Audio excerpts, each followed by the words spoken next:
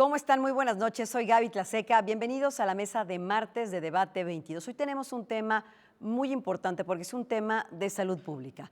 La autoprueba para la detección del virus de inmunodeficiencia humana, el VIH, en México ya fue aprobada, fue autorizada por la Comisión Federal para la Protección de Riesgos Sanitarios, la COFEPRIS. Esto con el objetivo de facilitar los diagnósticos oportunos que ayuden a las personas a acceder a un tratamiento médico, por supuesto, en tiempo y forma. Facilitar, por supuesto, el acceso a la salud libre de estigmas y discriminación.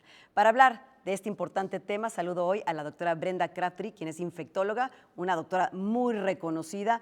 ¿Qué tal, Brenda? ¿Cómo estás? Hola, buenas noches, Gaby. Gracias por la invitación. Gracias a ti por estar con nosotros. Y también agradezco infinitamente a Ricardo Baruch, experto, lo conocen bien en salud pública, derechos humanos, muy activo siempre en las redes sociales. ¿Cómo estás, Ricardo? Gracias. ¿Qué tal, Gaby? Gracias por la invitación. Pues empecemos planteando un poco el tema, porque creo que la noticia, cuando se da, sacudió un poco a todos como una prueba rápida de detección de VIH. Primero, ¿cómo se recibe, Brenda, esta noticia y en qué contexto en el país? Bueno, mira, las pruebas rápidas para detectar VIH existen desde hace mucho tiempo, desde hace más de una década. Esto no es nuevo, pero el hecho de que sea una autoprueba, esto sí es nuevo porque se aprobó en COFEPRIS.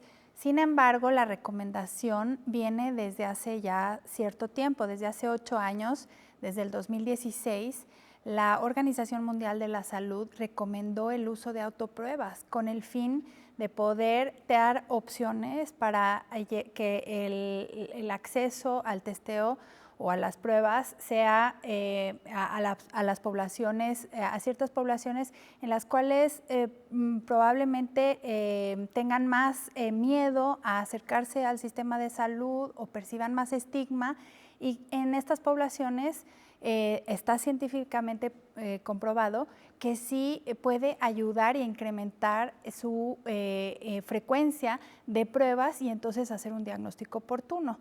Claro. Entonces, no es una cosa nueva. La prueba rápida es una cosa que tiene mucho más de una década, que se hace en los servicios de urgencias, en las clínicas comunitarias. Muchas veces así se hace el diagnóstico, la sensibilidad es muy, muy alta, se tiene que hacer una prueba confirmatoria, pero el hecho de que tú lo puedas utilizar como una herramienta como la que ahora ya conocemos para el COVID y que ya el auditorio está muy familiarizado con las autopruebas, bueno, pues esto ya también tiene más de una década. Y si tiene una década que la recomienda la Organización Mundial de la Salud, esto lo que significa es que la evidencia tiene mucho tiempo atrás como para que se recomiende. O sea, para que llegue una recomendación, tiene que naturalmente estar basado en la evidencia científica. Y entonces la evidencia científica ya tiene, sí hay evidencia en nuestra región, que es lo más importante de destacar para las personas que nos escuchan. Porque uno diría, bueno, esto se comprobó en los países africanos y entonces uno dice, bueno, y en nuestro contexto esto aplica. Bueno, claro. Sí hay estudios aquí, hay estudios, por ejemplo, en Brasil, que me gustaría decirlo un poco para entrar a la discusión y dar esta información, es que se han hecho estudios en donde se aplican las autopruebas, se implementan, y aquellas personas que, como dije, no se acercan a los servicios de salud porque no quieren, en estas personas se incrementó un 30%, ¿no?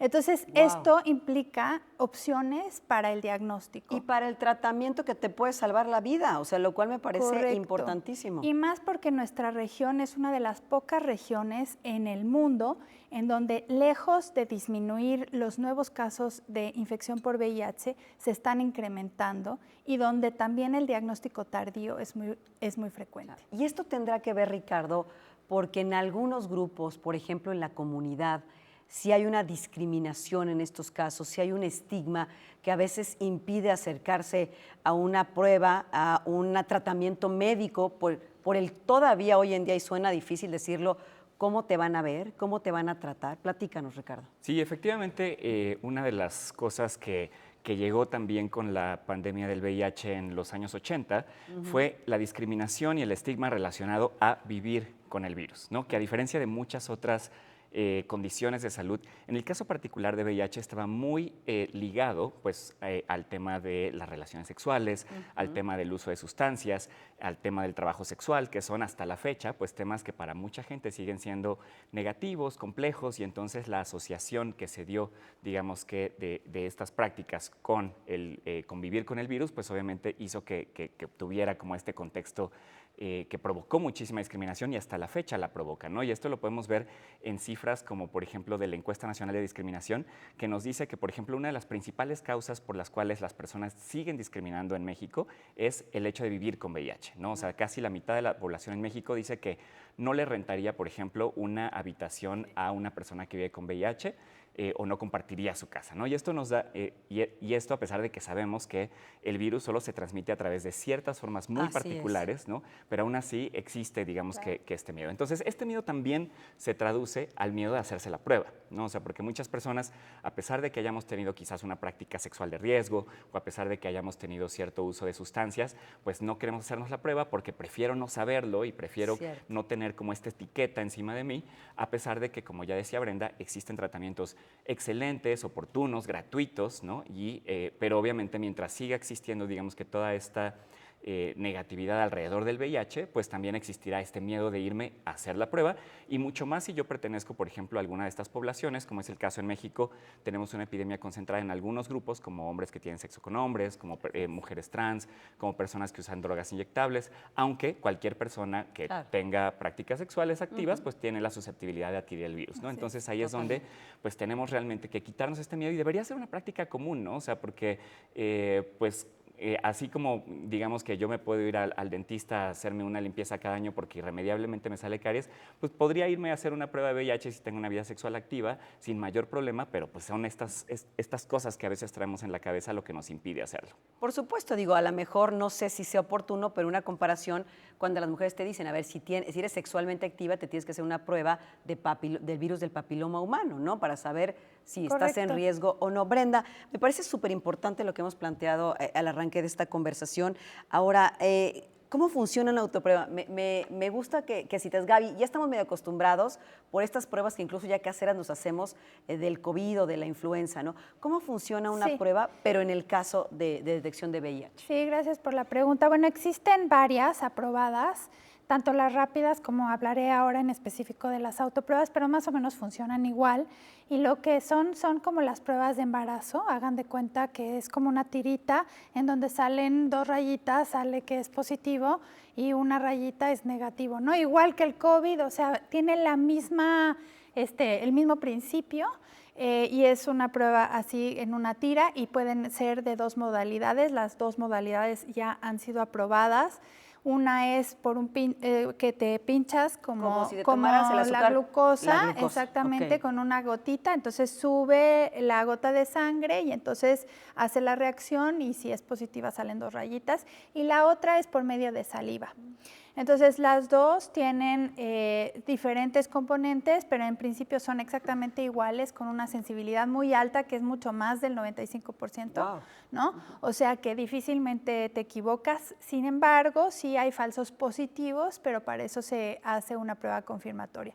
Lo que han establecido los estudios es que las personas pueden adquirir estas pruebas y se las hacen en casa, y esto puede, al momento de la venta o de que se dé la consejería para que les des las pruebas, estas personas pueden saber a dónde vincularse, a dónde acudir. Importante. Y uno pensaría en los estudios, bueno, ¿y qué tal que el que sale positivo no le quiere decir a nadie? Pero en general, casi todas las personas eventualmente sí se vinculan, y son oportunidades que de otro modo estas personas quizá no se harían la prueba, o se la harían ya en un contexto de enfermedad avanzada, claro, o exactamente, donde el pronóstico pues no es tan bueno como en aquellas personas que tienen una reciente infección.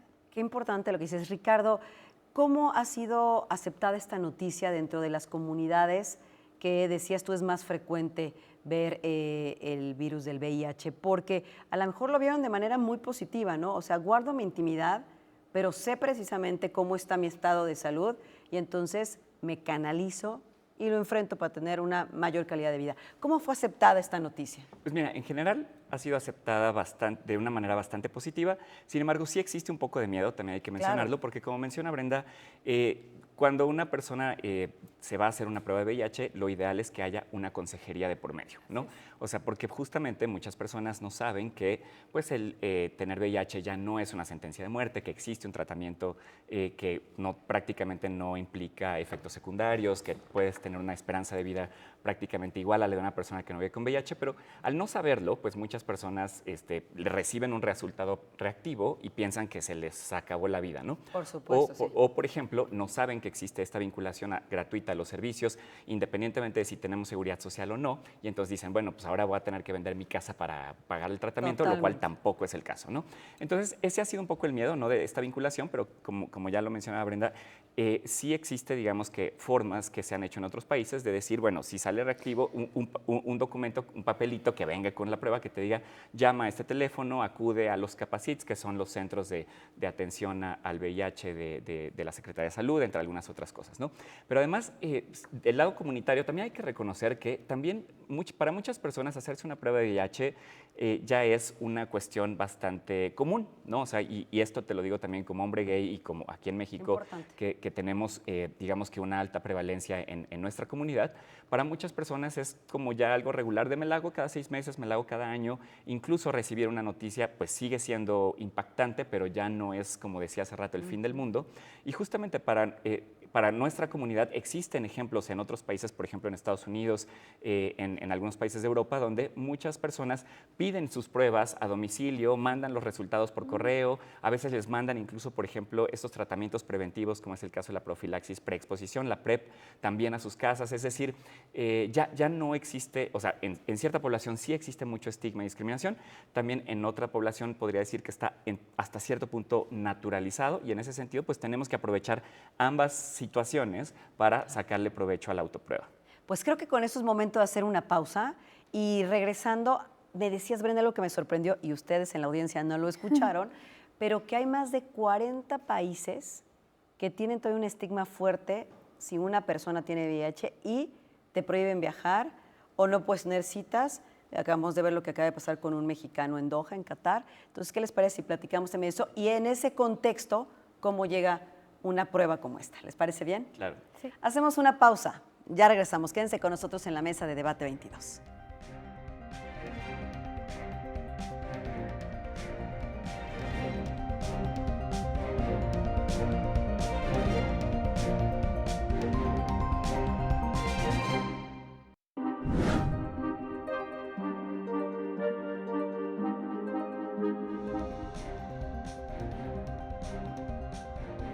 Hoy, con el pretexto de este maravilloso libro, El Menonita Zen, nos acompaña Mariana H., que es escritora, locutora de radio, conductora, muchas cosas más. Ustedes ya la conocen. ¿Cómo estás? Muy bien. Y amiga de Carlos Velázquez. Y amiga del gran Carlos Velázquez, que es autor de esta obra.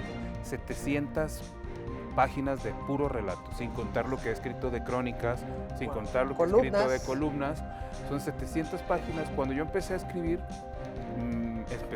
obviamente por admiración a los libros y a los cuentistas y a los escritores que yo conocí en mi adolescencia. Sí, sabes escuchar, sabes observar, y él me ayuda también así a decir, bueno, esta funciona, esto no funciona, y también mucho tiene que ver con la vida común y corriente de una persona común y corriente que soy yo. No tienes nada de común y corriente, pero bueno. Sí, tú me conoces y sabes que sí. Sé que no. Pero también salirse de esta narrativa que es muy válida, pero que también a veces a mí en lo personal me cansa de escribir de mujeres que hablan de feminismo, de la maternidad, de este espacio interior, que de pronto hace reírte de ti misma, ¿no? Reírte. Soy una mujer de 49 años, soltera, sin hijos, y luego pareciera que esas personas no son... No caben en la literatura, ¿no? Porque te descalifican por no tener estos lugares comunes.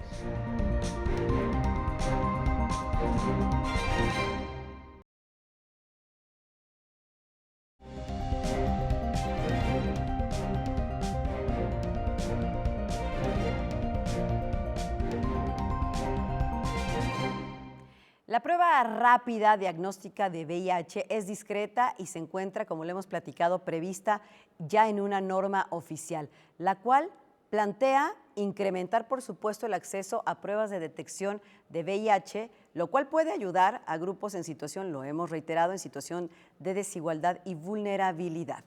Una vez dicho esto, decíamos, Brenda, que una cosa es la evidencia científica, a ver, ahí está aprobada, pero hay muchas preguntas al respecto. ¿Ya la puedo comprar? ¿En qué otros países hay una muestra de cuánto lo está utilizando la gente?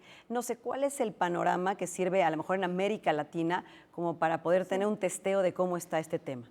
O sea, yo como científica quisiera decirte que una vez que sale la evidencia la podemos aplicar, pero la historia nos ha enseñado que esto no es así.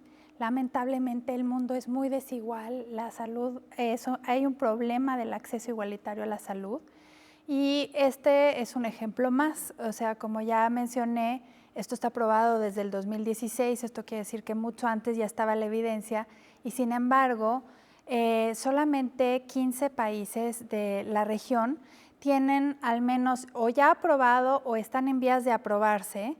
Esto hace que más o menos en unos 23 países esté el interés de utilizar las autopruebas, pero sin embargo, al día de hoy, solamente menos de 5 países en nuestra región lo están utilizando activamente. Entonces, aquí es donde te das cuenta la diferencia entre lo que es que la evidencia muestra una cosa, pero la implementación es otra.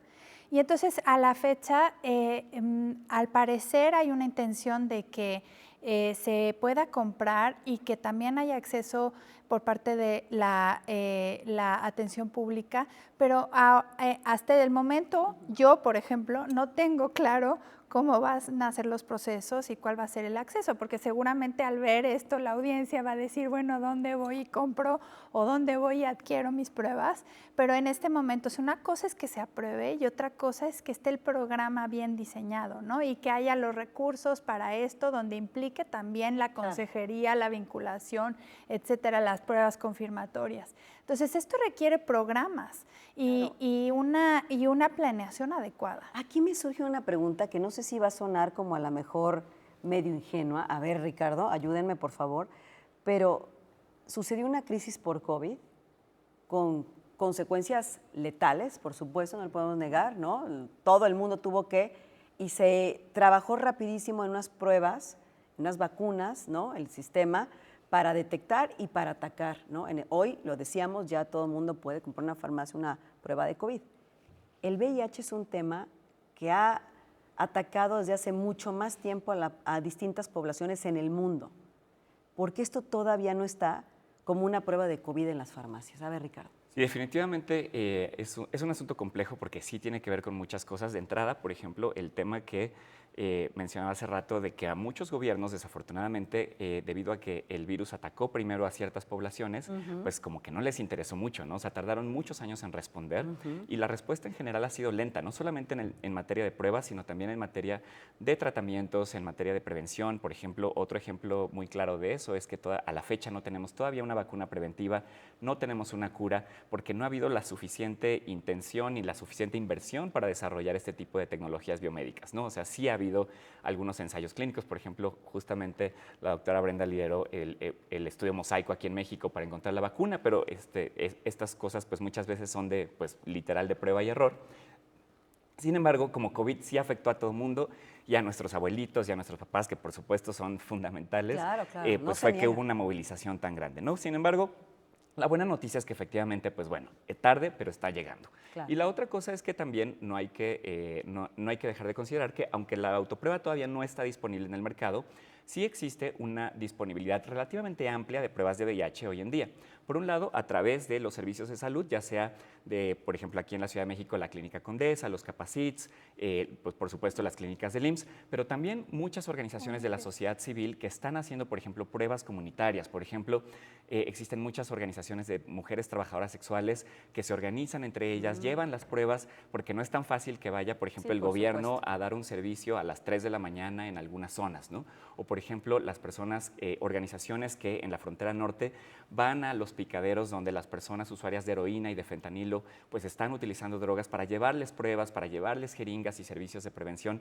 Entonces, este tipo de trabajo de las organizaciones también es muy importante y entonces, pues mientras no tengamos todavía la autoprueba, pues será relevante seguir apoyando este tipo de causas y, por supuesto, seguir apoyando estos esfuerzos comunitarios que tienen muchas poblaciones para que las pruebas lleguen. Y nada más para cerrar este comentario también, justamente hablando de la pandemia de COVID, una de las cosas más preocupantes es que en México, debido a que pues, obviamente muchos servicios se interrumpieron, también se interrumpieron muchas pruebas que son obligatorias para mujeres embarazadas de VIH. Y debido a eso, volvieron a incrementar los casos de tanto mujeres embarazadas como de bebés que están naciendo con VIH, con sífilis.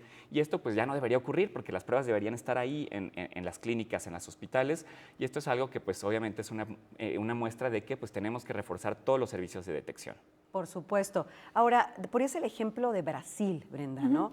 Que una vez que llegan este tipo de pruebas, bueno, el hecho de que vayas y te testes ha subido en un 30%, ¿no? La gente está acudiendo, en este caso, a este tipo de pruebas, si no mal recuerdo, si no corrigen. Sí. Pero, ¿cómo sucede en otras partes? Lo que hicieron ellos fue un estudio de implementación en donde le ofrecieron autopruebas y entonces en personas que nunca antes, que son población clave o en riesgo de adquirir VIH, en personas que nunca antes se habían hecho una prueba, 30% de ellas lo hicieron por primera vez por el hecho de que tenían accesibles autopruebas. Esto hace que nos muestre a todos la importancia de tener diferentes opciones para hacerse las pruebas.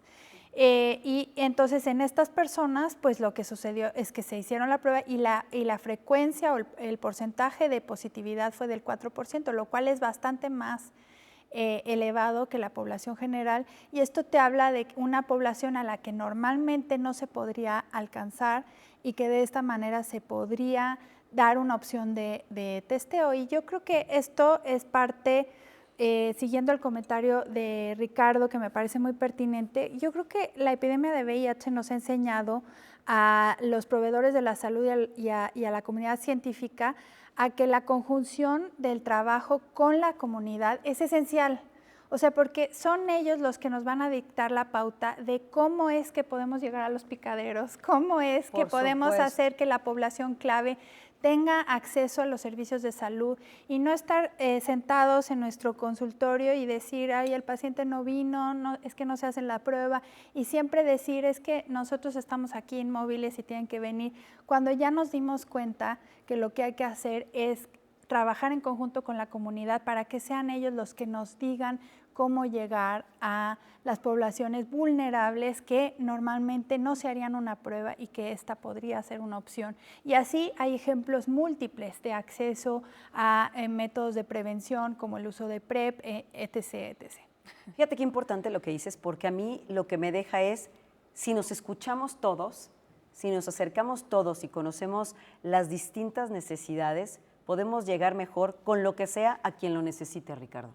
Sí, efectivamente, México, por ejemplo, ha sido un ejemplo mundial en muchas ocasiones sobre este trabajo conjunto entre gobierno federal, gobiernos estatales, organizaciones de la sociedad civil, comunidades que se organizan, debido a que, pues, por ejemplo, antes de que existieran pues, las autopruebas, antes de que existiera la PrEP, pues quien hacía llegar, por ejemplo, los condones a las poblaciones, quien los llevaba, no sé, a las escuelas, pues era justamente, pues en muchas ocasiones las mismas poblaciones afectadas. Pero hoy en día también algo que estamos viendo es que algo tan importante y en lo que se está invirtiendo pues mucho dinero, como es el caso de la PrEP, la profilaxis preexposición, que es este tratamiento para prevenir el VIH, está disponible justamente en muchos centros de salud, pero para que llegue la gente está viendo como algunos Para la gaps, gente que no tiene idea qué es esto, a ver, ¿qué es? Explícanos bien. Claro.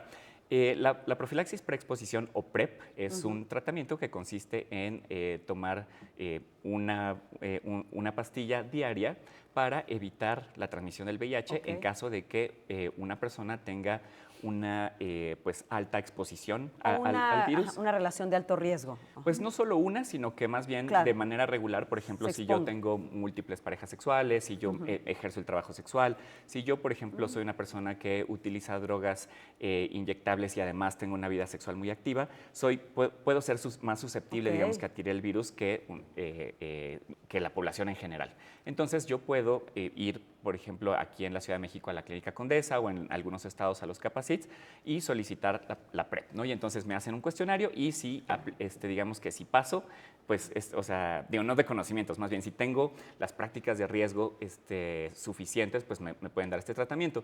Sin embargo, pues como dice Brenda, muchas veces está el personal de salud esperando a que llegue la población y no está llegando, ¿no? A pesar de que el tratamiento ya está ahí. Ahí está, claro. Entonces tenemos que hacer que, más población se entere que esto existe, que es gratuito, que es un derecho, pero también pues, que es algo que funciona, que es algo de lo cual hay mucha evidencia científica al respecto y por lo tanto podamos aprovechar esta evidencia para evitar nuevos casos. Y lo mismo podría pasar en el caso de la prueba de VIH, ¿no? O sea, porque realmente necesitamos que la gente tenga confianza en la tecnología biomédica, sepa que puede hacer algo al respecto, ¿no? Porque no es como que me dan un resultado y ya no, y me quedo cruzado de brazos, ¿no? Sino hay todo un sistema que durante años se ha configurado para dar atención a las personas que viven con VIH y en este sentido pues es lo que queremos, ¿no? Que más personas se puedan vincular al sistema de salud y mantenerse ahí, porque no es tan fácil, ¿no? O sea, por el estigma, la discriminación, también hay que decir que hay prestadores de servicios de salud que todavía tienen un trato no positivo hacia las personas que viven con VIH, entonces también hay mucho que trabajar allá adentro. Por supuesto. Nos quedan 2 minutos, Brenda. Yo creo que podemos dar algunas ideas, me pueden dar como a manera de lo que podemos esperar de una buena noticia que, como decía Ricardo, bueno, pero ya llegó y decías tú también, ya lo tenemos, Claro pues para que adelante. es una buena noticia, pero hay mucho que trabajar socialmente para saber que la sexualidad es una cosa natural de los seres humanos y que debería de haber mucho más, deberíamos hablar más de estos temas para que las personas se sientan como que esto es como irse a hacer una glucosa, siempre es bueno enterarte que tienes diabetes, pues de igual manera, entre más pronto te enteres que vives con VIH, mejor te va a ir. Entonces, como que hacer esto más libre de estigma, más desmedicalizarlo, que sea más natural. Yo creo que eso ayuda mucho, hay que estar educado, hay que tener más educación sexual en la población, en los jóvenes. Y creo que estas son buenas noticias, pero desde luego pues esperaremos cómo implementarlo y ojalá podamos copiar los buenos ejemplos que ya tenemos en otros lugares en Latinoamérica. Y los tendré que volver a invitar para hablar de este tema. Ricardo, ¿con qué cerramos brevemente? Pues yo cerraría nada más con la invitación a que todas las personas con una vida sexual activa o que utilicen sustancias se hagan la prueba al menos una vez al año. Es gratuita, es confidencial y pues es nuestro derecho para protegernos a nosotros y también a las personas con las que compartimos nuestra vida. Pues agradezco muchísimo a los dos, había muchísima inquietud por hacer este programa, lo logramos, así que bueno, Brenda Crabtree, quien es infectóloga, la pueden encontrar por supuesto en sus redes sociales y también a Ricardo Baruch, que ya lo dije, súper tuitero y todo, experto en salud pública y derechos humanos. Gracias a ambos. Muchas gracias, Gaby. Gracias. Y gracias a ustedes, como siempre, por acompañarnos cada martes en esta mesa. Soy Gaby Tlaseca, nos vemos la próxima semana.